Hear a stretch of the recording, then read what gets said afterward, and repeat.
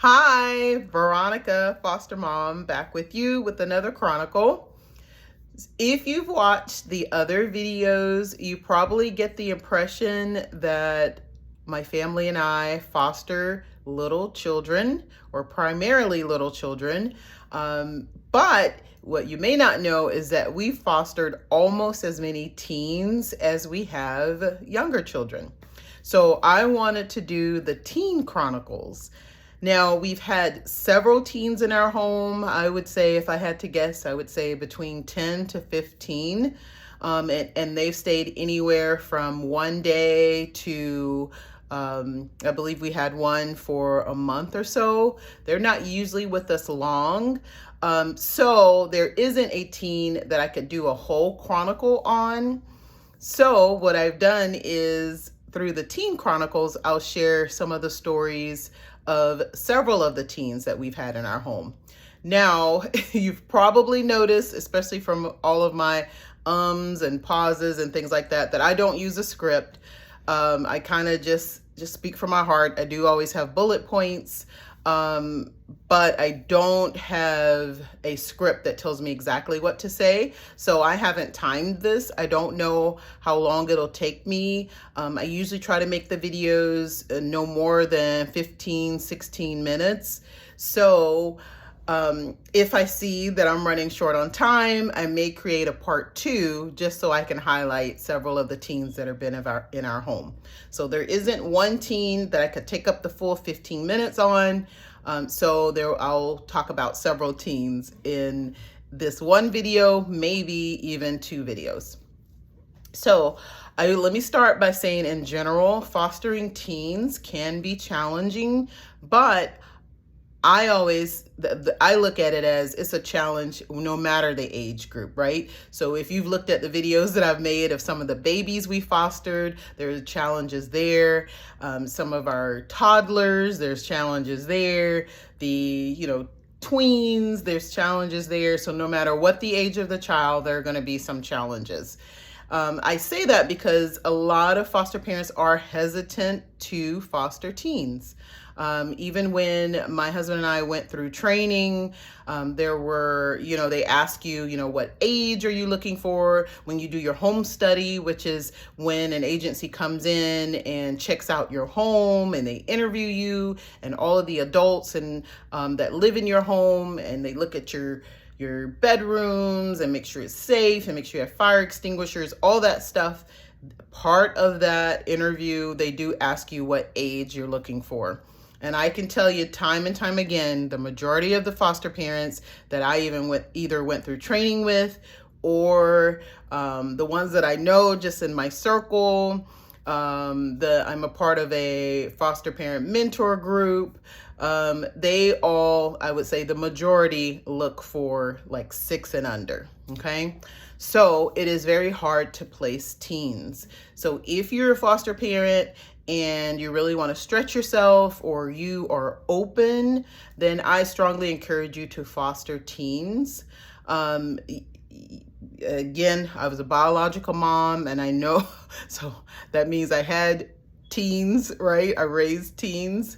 So it can be challenging, but the rewards of fostering a teen, I think, is astronomical, because number one, a lot of them are bounced around from home to home because the foster homes that are willing to take them as a placement for an extended period of time, those are very few. Another thing is, a lot of times the teens, because they've been bounced around, or because of the environment they came from, a lot of times they're dealing with self-esteem issues, identity issues. They tend to have low self-worth. And so part of that defense mechanism is they act out.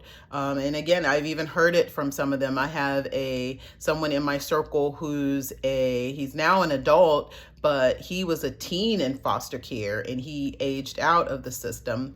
And he openly shares that he was that defiant teen. So not only is he dealing with, all the stuff that comes along with being a teenager, puberty and things like that, But, he had been taken from his home, the only home he ever knew. And because he had been from home to home, he was thinking, well, hey, you know what? They're not going to keep me anyway. So let me go ahead and get it over with. So he would purposely do stuff to try to make the parents, those foster parents, mad, or make them disrupt, which I defined in a previous video. That's when you notify the agency that you can't keep that child and you're requesting that the child moves to a different foster home. So teens are more likely to have those disruptions. But again, it's because of that defense mechanism. So with all that being said, my husband and I were open and are open to fostering teens. And so I want to talk a little bit about some of the teens that we've had. I will tell you first and foremost that with any foster child, there's usually a honeymoon period. So if you're a new foster parent and you've had a child for a couple days or maybe a couple weeks and you're like, this is a piece of cake. What is everybody complaining about? It's so great. This child is so great. There's such a fit, so on and so forth. You're in the honeymoon period. And I will tell you to brace yourself, because there will come a time where there will be some type of conflict, or some of those, you'll start noticing some behaviors. The child will start pushing your buttons. There'll be, these issues that come up that really try you. And it's because the first few days, sometimes even a week or more, it is called the honeymoon period. That child's on their best behavior. They're getting to know you. You're getting to know them. So usually it is a wonderful time.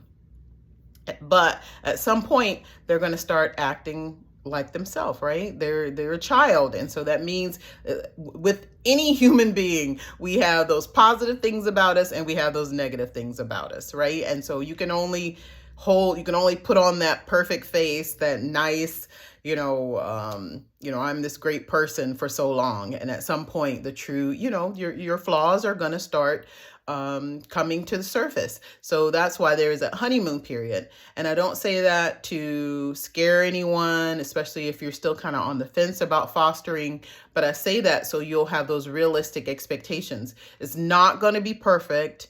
You are going to have conflict. You are going to have those times with that child where you're faced with those difficult moments, and you just have to work through it. They're not going to always be difficult. I have, again, lots of foster parents in my circle, even the ones that have the most challenging child. There are still those moments that they bond and things are great and there's good communication and things like that. So it's just the ups and downs of parenthood. So I just wanted to point that out so you all can be aware, and you can go into it with eyes wide open, right? Not the rose-colored glasses, because that's not a realistic view. We're talking real life here. So going back to our teens, we have had several in our home. And so just to tell you in general, a lot of the children that we've seen in foster care, some of them have substance abuse issues. Some of them have identity issues. Some of them are dealing with depression. Some are suicidal. Some are runaways. But again, as I mentioned in a previous video, we have to remember that these are not the fault of the child, right? The teenager. A lot of it is the backgrounds, the trauma that they've been through, and the issues that they've dealt with in life. And this causes these issues, concerns, behaviors in them. So what we always do, our general rule of thumb, and again, this is just our family, I'm not saying it works for everyone, but the first night that the teen comes to us, and actually even the younger children, we don't review the ground rules right away. That first night is just, we show them their room, we allow them to shower. If it's meal time, they'll eat, and we give them the choice. They can either eat with us or they may eat by themselves. And it's just their time to kind of, we show them around the house. And it's their time to just to hopefully relax, to see that it is a safe space.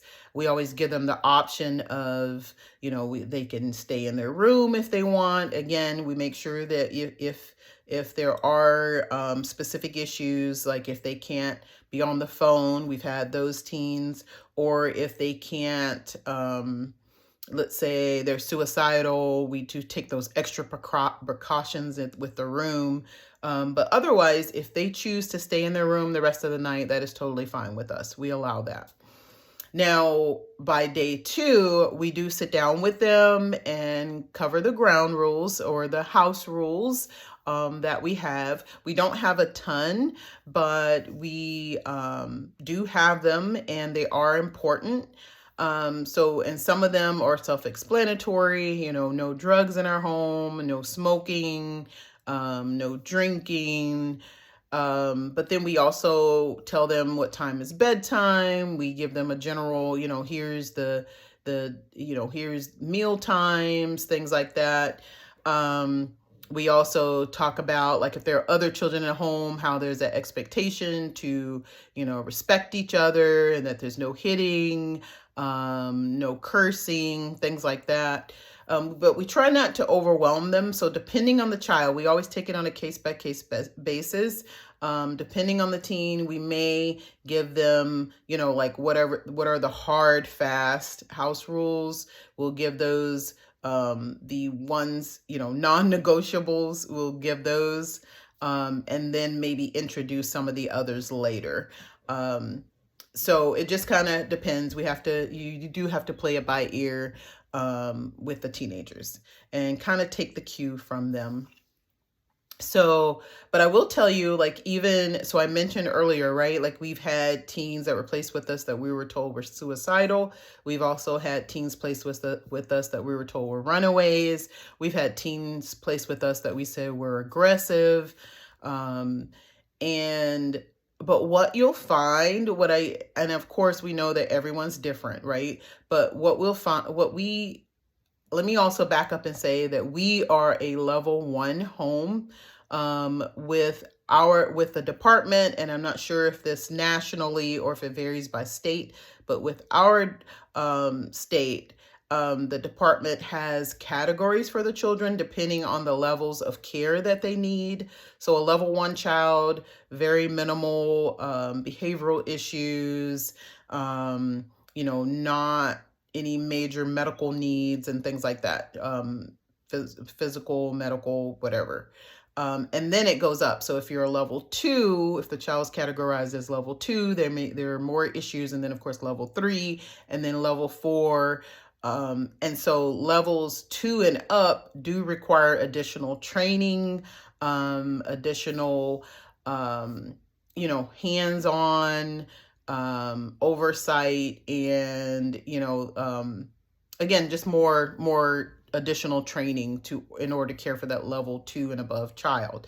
So I say that to say we are a level 1 home. I want to point that out. So all of the teens that have been placed in our home, none of them have needed that higher level of care. They're not on, psychotropic drugs or, any, medical disabilities or anything like that would categorize them as at a higher level. Okay, so I say that to say, when I talk these general statements about the teens that we've had, these are level 1 children. Okay, or these are teens who are categorized as level 1. I don't call them level 1 children because, again, this is just an assessment of them. I hope that people don't get caught up too much on the levels and things like that. Because there's a stigma and all that goes along with it. Okay. So, but all the teens that we've had in our home, like even the ones that we're told, oh, they're aggressive and they get in fights and, they're this and this. When we get them in our home, it is a totally different person. Okay. And you all may have found that in general, whether you're a teacher or in some other work that allows you to work with children, you'll find out that usually the children that are acting out, they do it because they have an audience, right? So the ones that are fighting, they're, and sometimes it's defense, right? They're defending themselves against someone, or maybe they're doing it, they're bullying or whatever, showboating, whatever you want to call it, because it's their defense mechanism against people. They're trying to show, hey, I'm tough guy, tough girl, whatever. So the ones that we've been told, hey, watch them, they have, these issues, when they've gotten here to our home, they're not that way.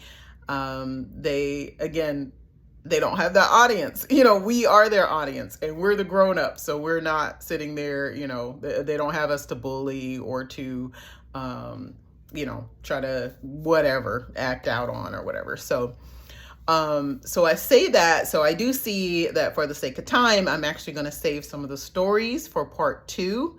Part 1 will just kind of lay the groundwork, share some general information about fostering teens, but I do want to end with this appeal. And I said it before, and I'll say it again. If you are open, please consider fostering teens, because there is a big need there. Everyone wants the little cute babies. Everyone wants the younger child. But listen, if you have a 2-year-old, it may be the terrible twos or whatever you call it. That child is going to have behaviors and issues you have to address, right? So it's the same with our teens. And I would say there's even more of a need, because before they age out, before they become an adult, they need to see a loving, stable, safe home. They need to see that the environment that they came out of, that it doesn't have to be that way, that there is something better for them, that there are families out there that are, doing their best. We're not a perfect family by any means, but we love each other. We take care of each other. We say we're sorry when we fall short. We have each other's back. And every teen that comes in this home, I hope that they see that from us, and we try to model that for them. Okay. So again, consider it. Thanks so much for tuning in, and please go to part 2, where I'll share the stories of some of the teens that have been placed in our home. Thank you.